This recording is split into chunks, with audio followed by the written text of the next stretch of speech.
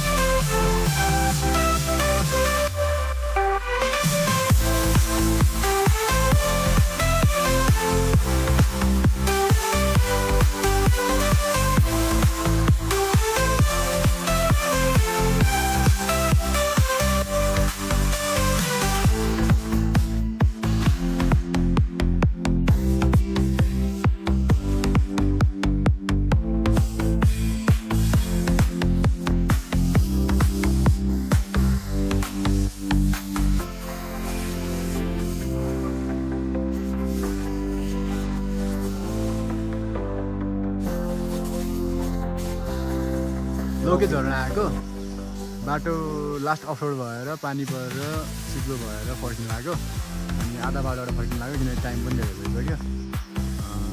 Time धेरै भएर time नभएर फर्किनु लाग्यो। तर कुनै दिन टाइम भएपछि हामी पक्कै पनि त्यहाँ भिजिट गर्नेछु। अब यसको त हातमै जुकाले गरिदिएछ ब्लिडिङ भइदिएछ।